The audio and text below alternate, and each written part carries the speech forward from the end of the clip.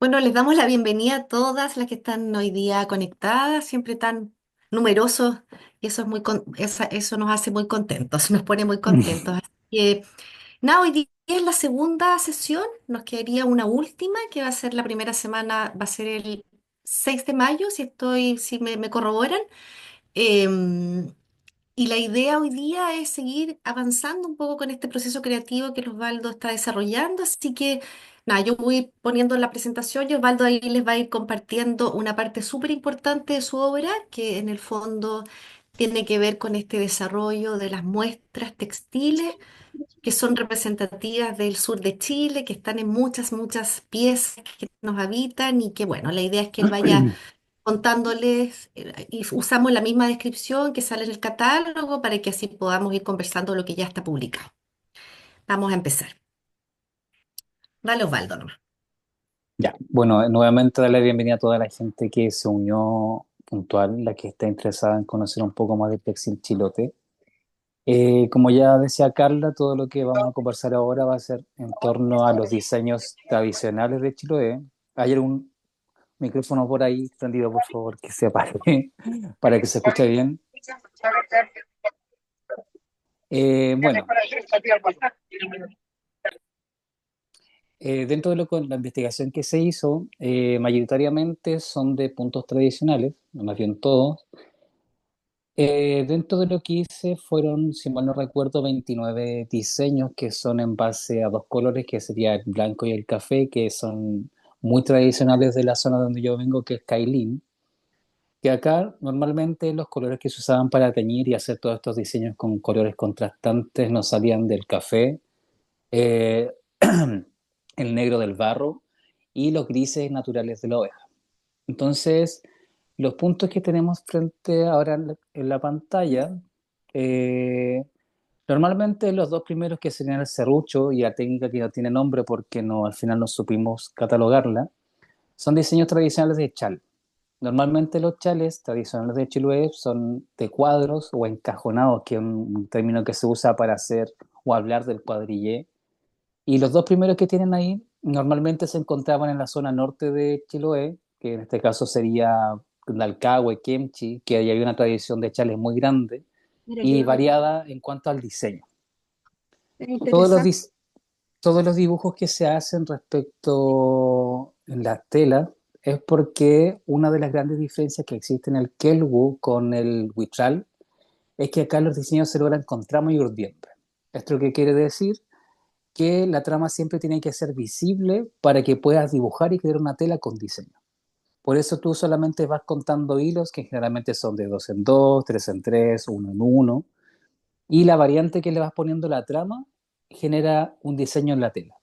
Entonces los dos primeros, el que está ahí, Carla, si estás apuntando con la flechita, por favor, Ya. ese es un punto muy tradicional que se encuentra en chales, ya en desuso también, no se ocupa mucho. Generalmente las culturas más antiguas, como el caso de la Sierra de Natureuna, todavía lo sigue practicando y lo sigue enseñando. El que le sigue el punto serrucho también es un punto de chal, pero también está la variante que se encuentra en frazada. Normalmente la frazada de la que se usa, o sea, aplica en estos diseños, son las frazadas de punto saco, que la vamos a descubrir un poquito más adelante. Yo creo que para la gente que conoce el tema textil en Chiloé puede identificar el punto dado. El dado yo Mm. creo que es muy representativo del sur de Chile. Otros le dicen barracán, que creo que en Chapilca también se teje bastante ese diseño. Y acá se encuentran varias variantes de la misma que se logra solamente intercalando la cantidad de hilos y colores que se aplican en una tela. Esto yo diría que es de los puntos más versátiles porque se encuentra en chales, choapinos, alfombra, frazada, y todo varía y cambia según el grosor del hilo. Todas las telas que yo hice en este caso están dentro del formato chal, como tela de chal, porque es un hilado de dos hebras torcidas, hilo delgado y no muy apretado. Porque aquí lo que se busca hacer en esta investigación es relevar el diseño más que para qué prendas se hacía. Eh, Como les decía, esta de las más tradicionales es un punto dado grande discontinuo, que esto quiere decir que el diseño se parte con una hebra blanca y después con una hebra café para generar este efecto de cuadro, pero que no es totalmente cerrado. Si pasamos a la siguiente imagen. Paso a la otra ya. Ese es otro dado. Este vendría siendo el dado que en este caso lo fuimos catalogando con números Ujú. porque según la zona de la isla Grande de Chiloé hay muchas telas que se llaman igual, pero hay variantes dentro de la misma la cantidad de hilos que se usan para hacer la tela.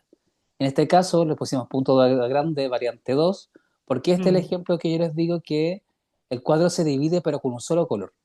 En este caso se hace con café o también se puede hacer con blanco para generar un cuadro más compacto y más geométrico. No sé, Carla, si quieres hablar algo de ahí respecto a esto. Em, Nada, decir que bueno, como decías tú, que se le llama barracán, ¿no? Yo mucho lo escuché en Argentina, que le decían así, es un punto súper versátil. Yo creo muy bonito que le digan dado, ¿no? Porque también esto que varían los portes, las separaciones de los cuadros, como decía Osvaldo, esos son variantes súper interesantes y que en el fondo muchas quizás aquí tejen, saben que uno siempre está experimentando y lo más seguro es que se generó esta experimentación, ¿no es cierto?, para poder hacer nuevos diseños, enmarcar el cuadro de otra manera y eso también es muy bonito verlo. Es como eso, es un punto muy, muy común. El dado grande está más vinculado, como dices tú, a frazadas, ¿no es cierto?, bajas de cama, es un punto no es más tosco, pero está más vinculado a piezas más para cubrir, ¿no es cierto? Espacios Ujú. como o la cama o el suelo, ¿no? En cambio, ya cuando es el lado más chiquitito, pasamos ya a cosas más finas también que se usan acá. Pero eso como general, yo decirles que siempre lo he escuchado como dado y claro, como bien dice Osvaldo, esto del dado grande, dado chico y las variantes que no tienen nombre, se hacen nomás. Entonces nosotros para poder ordenar el proceso, a Osvaldo le fue poniendo variante uno variante 2 y así, hasta poder como comunicarles a ustedes que existe esta diversidad. Miren, ya que hay más variantes. Claro, en este caso la variante 3 le pusimos así porque también no había Mm. una forma de catalogar. Sí. No sé si dado, porque ya no pasa a ser un cuadro, más bien es un rectángulo largo, fue un chal que encontré investigando en el Museo de Puerto Montt, un chal bastante antiguo, con un hilo muy fino, que tenía esta característica que era muy similar al dado en cuanto el cómo se dividía el diseño, pero era largo y continuo. Entonces lo encasillamos dentro de este mismo grupo porque la técnica es la misma, solamente que la separación y el cambio de diseño eh, se mantiene con la misma técnica. Entonces por eso le pusimos variante 3. La variante 4, esta es una de las que más me gusta porque esta netamente es un punto que se usa para alfombra. Porque para hacer este diseño que es mucho más compacto en cuanto a la visual que tiene el blanco y el café, la trama cambia bastante en respecto a los demás. Porque aquí lo que se hace es pasar una hebra de trama gruesa y una hebra de trama delgada para generar este efecto con volumetría. Cuando se tiene la oportunidad de tocar, se nota mucho la diferencia porque la textura es mucho más gruesa, es más compacta, porque netamente está pensada para hacer choapino o alfombra. Esa se encuentra normalmente o se encontraba en los altares de las iglesias. Ahí he visto bastantes piezas de ese tipo, antiguas también. Ahí ya cambiaban los colores, generalmente eran rosadas, eran rojas, también con esta idea del Chiloé que es muy colorido, ¿cierto? Que las piezas más antiguas tenían estos colores más fosforescentes, más llamativos, porque eran la venta mucho más fácil también. Exacto. Vamos con el otro. Aquí ya entramos a lo más pequeño. Claro, aquí entramos a la variante del dado chico. Mira qué bueno, interesante, caranchí se llama en Argentina, nos dicen ahí, no lo había Sí, escuchado. genial. La variante uno ya está, es una prenda que, o sea, se usaba para prendas mucho más finas y netamente de mujer. Este era un punto que se usaba para los chales y para hacer el poncho de mujer. El poncho, eso es súper importante. Me gustaría abordar un poquito ese tema respecto a las prendas tradicionales que se ocupan. En Chiloé, tanto hombres como mujeres ocupaban poncho. Según la Mm. zona de la Isla Grande, eran ponchos con diseños, como era el punto dado generalmente, o el mismo hombre, o sea, el mismo poncho que ocupaba el hombre ocupaba la mujer. Porque aquí la prenda era netamente de abrigo y utilitaria. Después cuando empiezan a surgir estos diseños más elaborados, porque ya empieza a hacer una separación de hombre y mujer. Eh, el punto dado este se encuentra generalmente desde Kemchi, Ancud, más al sur no lo he encontrado, aquí más al sur el poncho siempre como, o sea, normalmente se ocupaba el gris o el blanco para hombre y mujer, Pero acá esta técnica, como les decía, es de mujer para las personas que tejían y estaban más al norte, como en Kut, Kemchi, que son zonas bastante próximas, la verdad. Entonces creo que ese salto se dio porque son comunas que están bien próximas. Sí, yo quería, bueno, contar en general que la investigación que hice sobre los chales de la mujer fue súper claro el tema de que este punto está vinculado a la manta de la mujer. Yo creo que hay cosas que también uno va definiendo, ¿no? Y que se van como reiterando, si bien ya no es algo usual, ¿no? Que uno vea esta manta en la mujer, pero es como bien característico. Siempre he pensado que igual, querámoslo o no, hay cosas como que se catalogan como más femeninas y cosas como más toscas, así por decirlo de una manera bien brutal, pero es como, claro, como el dado más pequeñito, más finito, te fijas, también de repente se asocian estas formas de uso, ¿no? Y quizás por eso también está más vinculado a la mujer, quién sabe, pero en el fondo uno va especulando con respecto a las cosas que van reiterando, pero de, lo que dice Osvaldo es súper real. Aquí hay otra variante que es muy bonita también. Claro, ese variante también es de chal, pero acá hay como una contraposición dentro de la misma técnica, porque está en chal y está en frazada, punto saco, que el punto saco es una técnica que es bastante tosca en cuanto al textil, porque la idea del saco es que de abrigo y sea pesado. Entonces este Claro. diseño sí lo he encontrado solamente en lo que es Castro y de las islas que iban a vender a la feria. Entonces este diseño se encuentra por ahí en este sector más o menos. No, no lo he visto en otro lugar, pero también se sigue teniendo la misma lógica del dado, que es dividir por uno y uno en color, un blanco, un café, y enmarcar con un color que en este caso específico está marcado con blanco. El efecto sería totalmente distinto si fuese con café, pero son parte de las mismas dinámicas que tienen las tejedoras para quizás tener su firma, mostrar un poco su carácter, que yo creo también que hay mucho de eso en los textiles. Y creo que esta es la última variante del punto dado chico, De ahí ¿cierto? no- Sí. sí, de ahí nos pasamos a De lo ahí nos otro. pasamos directamente a la pata de pollo, que yo creo que es bien universal esta técnica, la más conocida. Yo creo que es de las primeras técnicas que se empiezan a enseñar cuando empiezas a urdir y a tramar para hacer tela. Este igual se ocupa mucho en los chales y en las bajadas de cama y en las frazadas.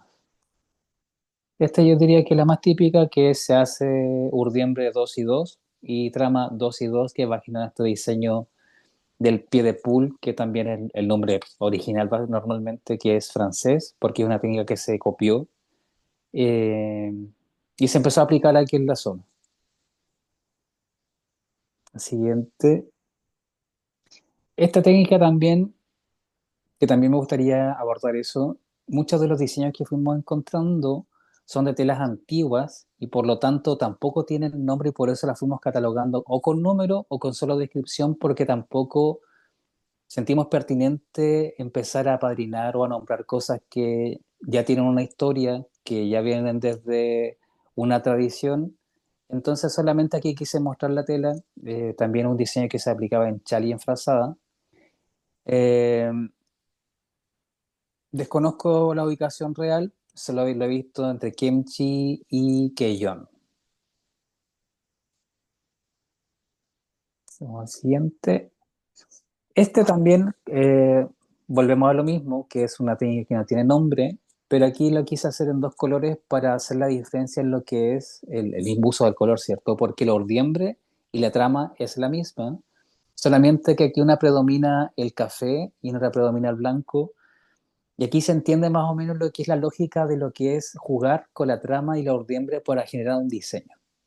Yo le digo punto cadena porque es para mí lo que más se asimila a las cadenas para amarrar los bueyes o herramientas de trabajo.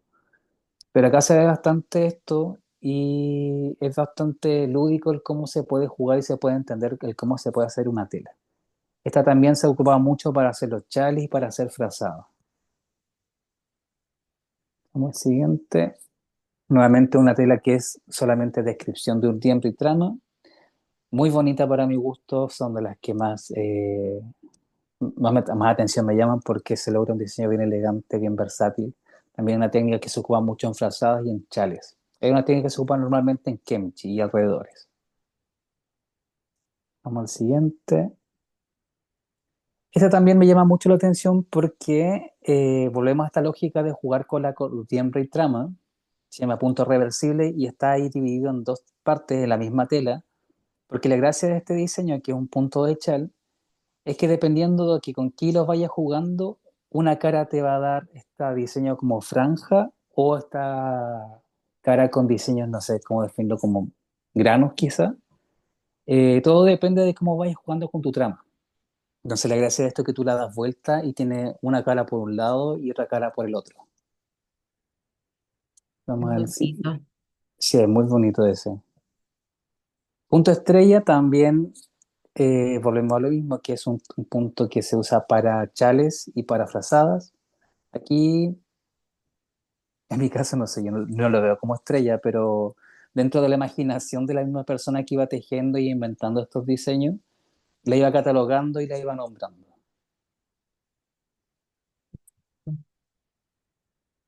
Acá ya pasamos a una técnica un poco más compleja, que es la felpa, el nudo, chilote o el pelo, que aquí solamente fue un ejemplo de cómo se juega con el tema de diseñar.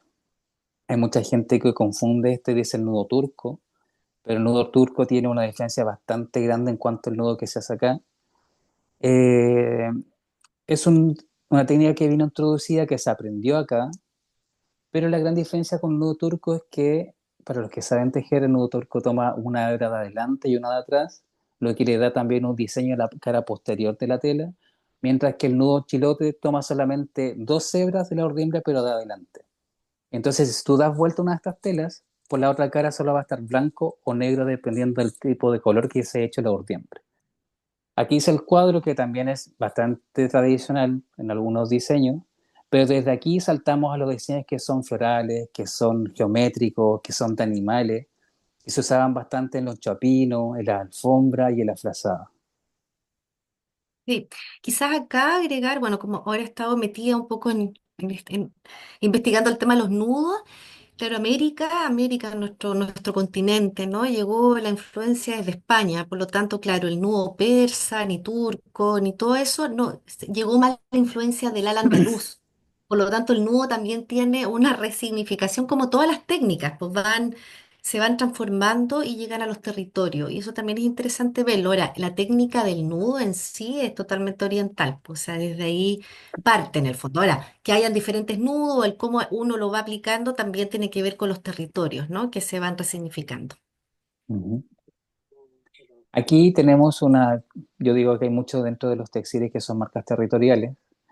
El punto cruz, que está al lado izquierdo de la pantalla, es una frazada que era muy tradicional de acá, de la comuna de Quellón sobre todo. Esa frazada la encontré solamente en Cailín, que es la isla donde yo vivo, y en Laitec, que es la isla que está enfrente de Cailín. Y aquí probablemente en estos intercambios de familias, cuando una mujer se casaba con una persona de la isla de enfrente, se llevaba su conocimiento y lo compartía con los familiares nuevos. Entonces esta frazada no fue muy extendida porque los contextos de la isla son súper aislados y todo lo que se hacía generalmente era para abrigo de casa y no para venta. Para mí una frazada que es bien llamativa, bien elegante, es así como se ve en la foto. Es blanco, café y negro, que son los tres colores más típicos de mi zona del archipiélago de Chiloé. Después tenemos el punto pajarito, punto cruz, que ese fue uno de los primeros diseños que yo vi cuando fui chico, que lo guardé en la memoria por mucho tiempo, porque lo encontré en un bus en una señora que iba sentado de Chonchilla, que yo encima no recuerdo, bien tarde, iba abrigado con uno de esos cuando yo tenía, no sé, 14 años. Y también es un diseño que solamente en este caso específico es solo de chal, no lo he visto en otro tipo de prendas. Aquí ya pasamos al que yo creo que mucha gente ya puede reconocer, que es el punto saco que le hablé anteriormente. La gracia del punto saco es que es un diseño que, más bien no es un tipo de tela, no un diseño, que estaba pensado solo para el abrigo. Entonces todas eran blancas, con trama doble y urdiembre doble para darle mayor peso y mayor volumen a la tela, porque su única función era abrigar. Entonces esta tela no tenía diseño. Después cuando se empezó a incorporar el tema de la venta, se le empezó a agregar los cuadros que van a salir más adelante, pero la más tradicional siempre son blancas y no tienen otro color.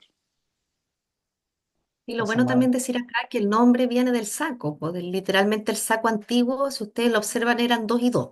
Así como Ujú. si uno mira la estructura, digamos, dice, claro, uno, ¿por qué dice nombre saco? Porque al final los nombres también vienen de las cosas que vamos conociendo, pues vamos integrando y el saco era vital en el territorio, o sea, ropa, de todo, pues hacía de todo a partir de estas telas que eran, que se traían los alimentos, entonces también viene de ahí el nombre. Bueno, acá tenemos también la que muchas personas me dicen, o generalmente las personas mayores, que es la frazada original de Chiloé, que es la frazada tres tramas, que es un ordiembre de una hebra y con esta trama sobrepuesta que son de dos hebras.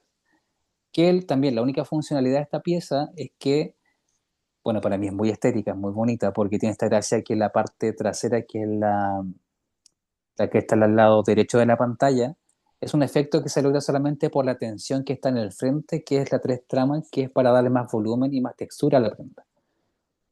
Desconozco por qué la hacían así desde un principio, porque es bien complejo de armar y bien complejo de terminar, porque hay que recordar que las frazadas chilotas no tienen flecos, tampoco se cortaban, las más antiguas. Hay tengas que se iban envolviendo y llevan costura, pero en este caso específico partían desde un principio con estas tres tramas y se terminaban así. Eh, También todo en blanco, porque su función era abrigar y estar sobre la cama. Esta solamente y específica para frazada. Aquí ya también pasamos a un punto que es bastante antiguo y genera una confusión también con la gente que teje buchal, que acá lo encontré en Chonchi.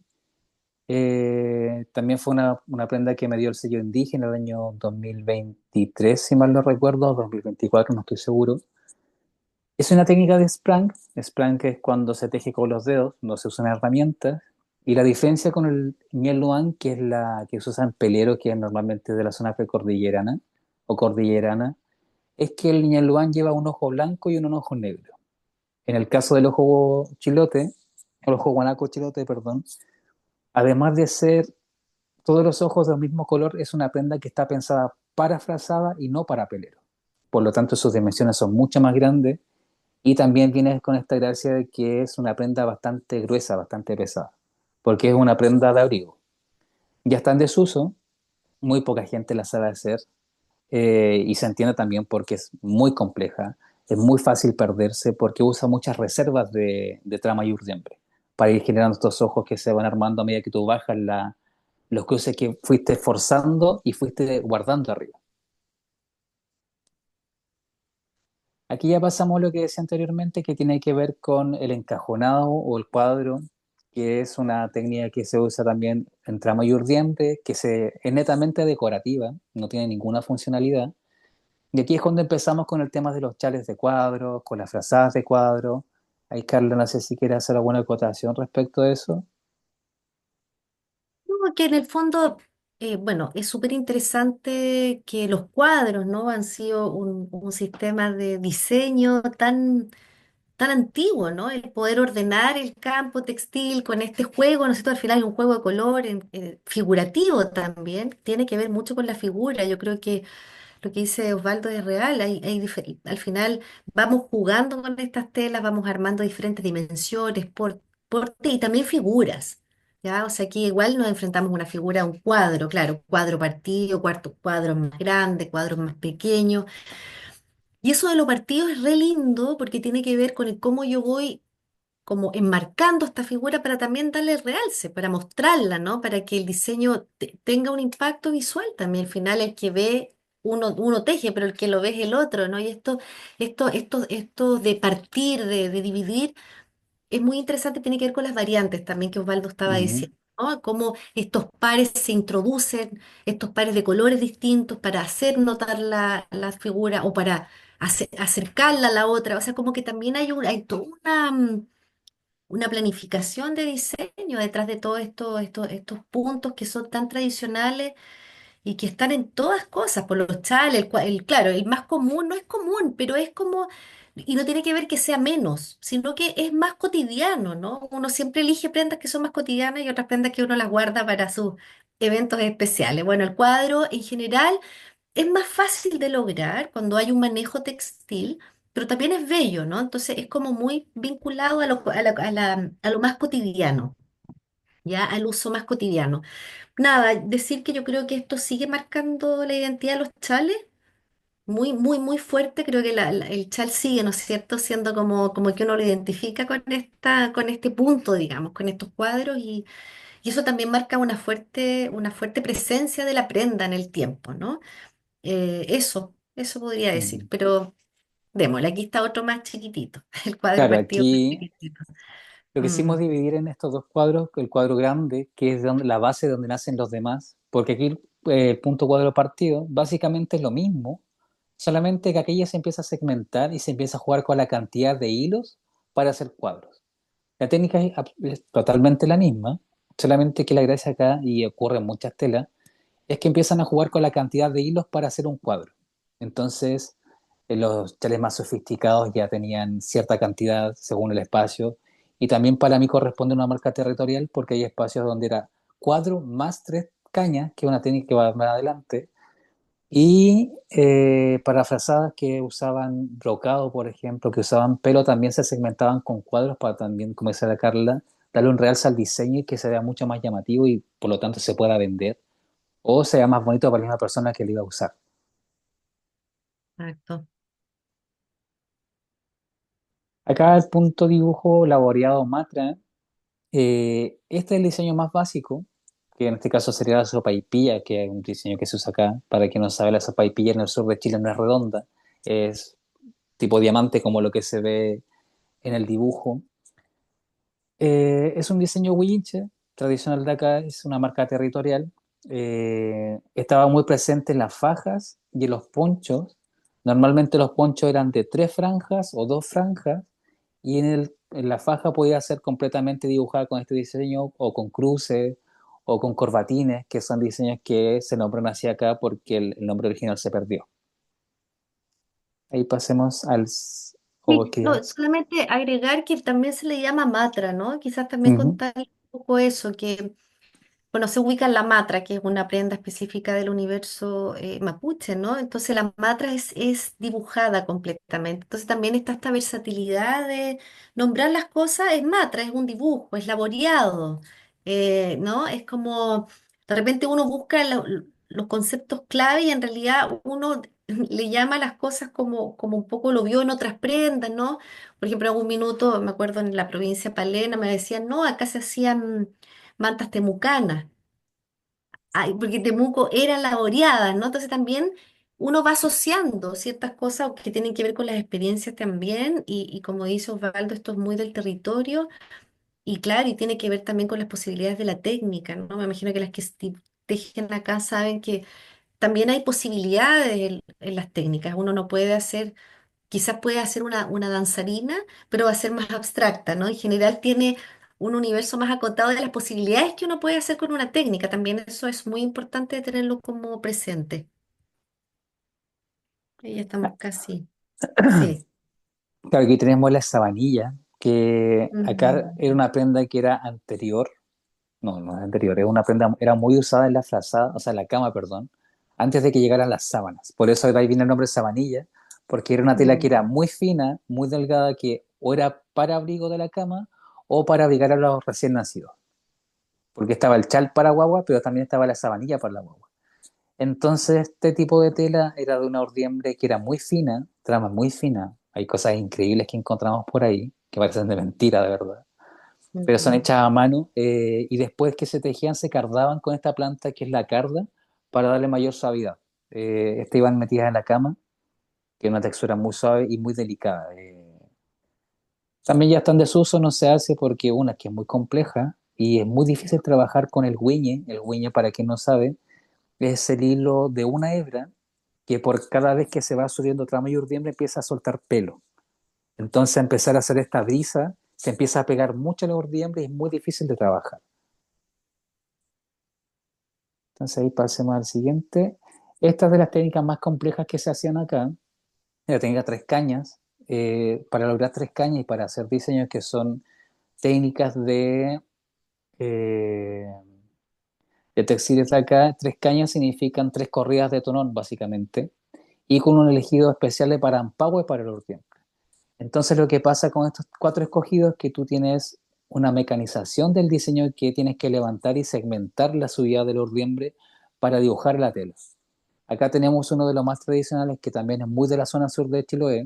En el caso de mi territorio se ocupaban mucho los chales de mujer, más el cuadro. Entonces era un encajonado más punto ojo.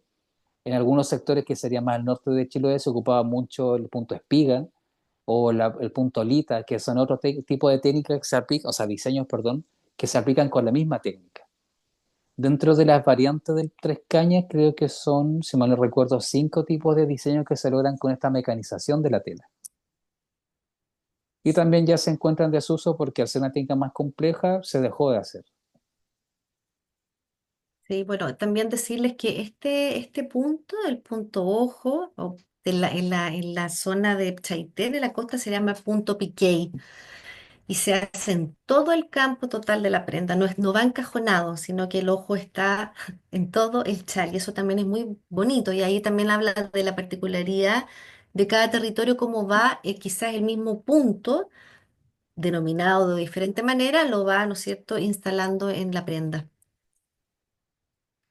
Creo que este es el último, ¿o no? Sí, este es el último.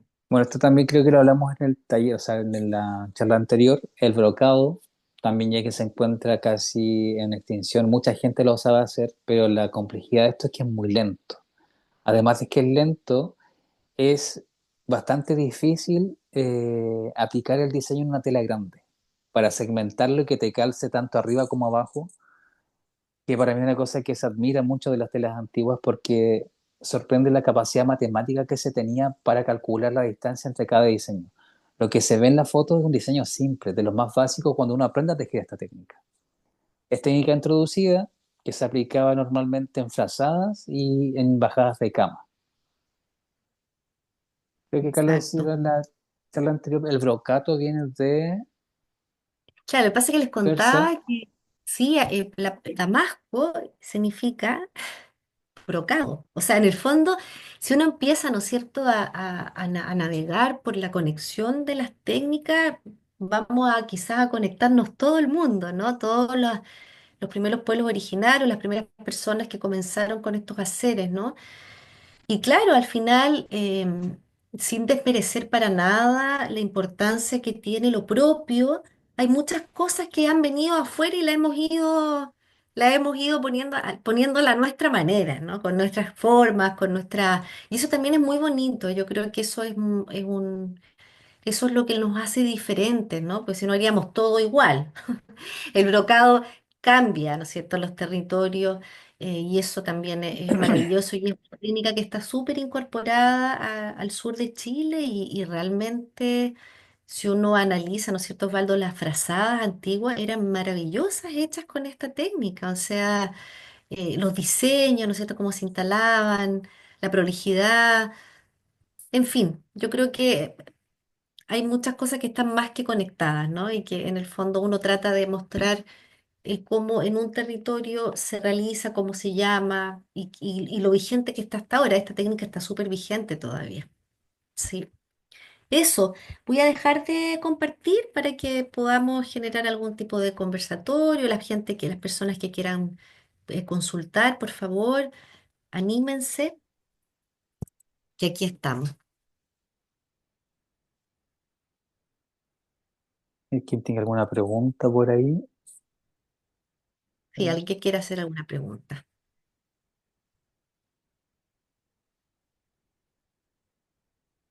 alguna duda o algún comentario. Yo, yo quisiera preguntar algo. Ujú. Si me podría explicar más qué es lo que es eso del el cardo. Ah, la carda es un tipo de planta que, no sé si conoces el cardo mariano. No. Ya, la carda es un tipo, no sé cuál es el nombre científico que tiene, pero es una planta que la semilla, el capullo que hace semilla, al momento en que empieza a florecer, se abre y tiene o sea, tiene muchas púas que son ovaladas. Entonces eso se deja secar y al tener estas puntas se pasa sobre la tela y empieza a levantar Exacto. Ahora se hace con virutilla, o sea, se hace con brochas de fierro que cumple la misma Eh, función que es peinar, pero esto se hacía con esta planta que se va pasando sobre la tela para ir dejando más suave. Normalmente se hacía para dejar suave o para impermeabilizar los ponchos también, porque hacía que el agua corría. Ah, ujú. gracias. Yo tengo una pregunta. Hola, buenas noches. Mi nombre es Jacqueline. Eh, no pude asistir a la anterior, pero me estoy poniendo al corriente con esta. Ujú. Y estaba viendo ay, no me acuerdo muy bien la técnica en la que hablaba del punto turco que decían para la frase como El, Chopin. bro- el brocado. El mono. Ya, Ujú. yo estoy hace poco aprendiendo el telar mapuche acá en mi comuna y la profesora nos enseñó a hacer este tipo de chopino, claro, haciendo en la base del urdido y ir haciéndolo más como tema libre, ¿eh? Sin tener como una figura predeterminada. No sé si será lo mismo, no sé si será Depende lo del mismo. tipo de prenda porque dentro del mundo mapuche también se usa mucho el chayuntuco y se usa también el choapino. Depende del tipo de grosor de pelo que estés trabajando. Normalmente si es muy grueso o muy tupido se saltaban 2 o 3 vueltas de urdiembre para que tenga más espacio el pelo para flotar. Ya, Si es esto chayuntuco. no, Este, ya, en este caso siempre tiene urdiembre junta, ¿cierto? Entonces vas tomando de dos sí. en dos. Pero solo la cara del Ah, frente, no tomas la cara de atrás. ya. Y claro, por atrás queda, se ve el nudo, po. O Ah, no, sea, en este caso no. ya, Claro, entonces distinto. sería una urdiembre en 8 Ujú. o en circular. Aquí en este caso se puede hacer de ambas maneras, pero siempre vas a Ya, tomar la urdiembre que está al frente, nunca tomas la urdiembre que está atrás. ya. Entonces tomas los dos que están enfrente, los agarras de adelante y de atrás, que normalmente es lo que se enseña ahora. Sí, claro, sí, po. Sí, Ya. sí, porque nosotros lo hicimos en circular. Ujú. Y ahí, como es en circular, se tomaba, claro, se tomaba uno de adelante, uno de atrás, se hacía el nudo. Claro, y si tú te los das vuelta, tú por el otro lado puedes ver lo que estás dibujando. Claro. En cambio, en esta técnica tú das vuelta a la tela y se ve blanco, se ve solamente urdiembre. Ah, perfecto, ya, esa era mi duda. Ujú. Listo, muchas gracias.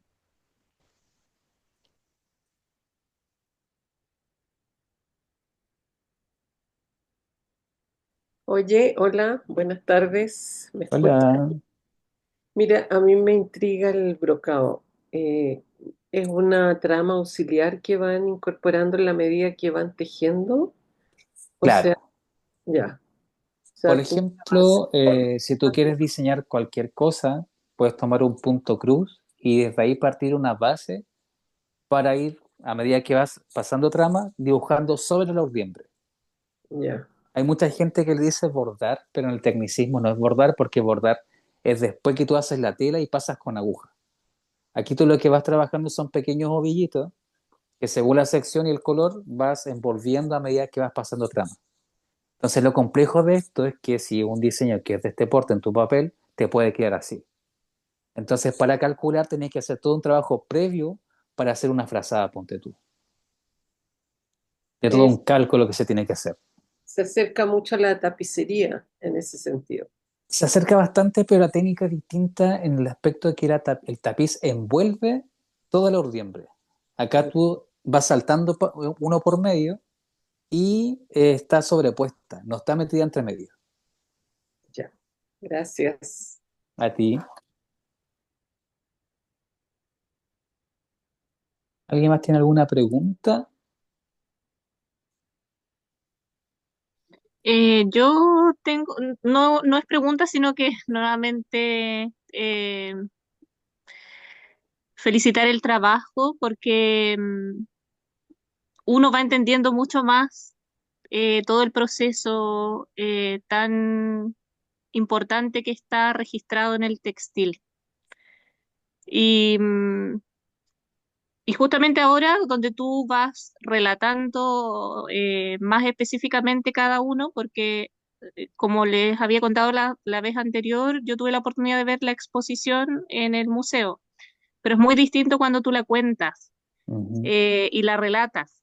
Entonces uno además va de alguna forma como adentrándose en esa historia que les pasó a ustedes, conectando con las personas a las que entrevistaron y tuvieron la oportunidad de visitar, pero también como hacer un recorrido hacia atrás, Ujú. donde, donde esto se usaba justamente en el cotidiano, en la vida cotidiana, y que en algunas oportunidades se mantiene y en otras no se ha podido seguir profundizando porque se ha dejado de hacer.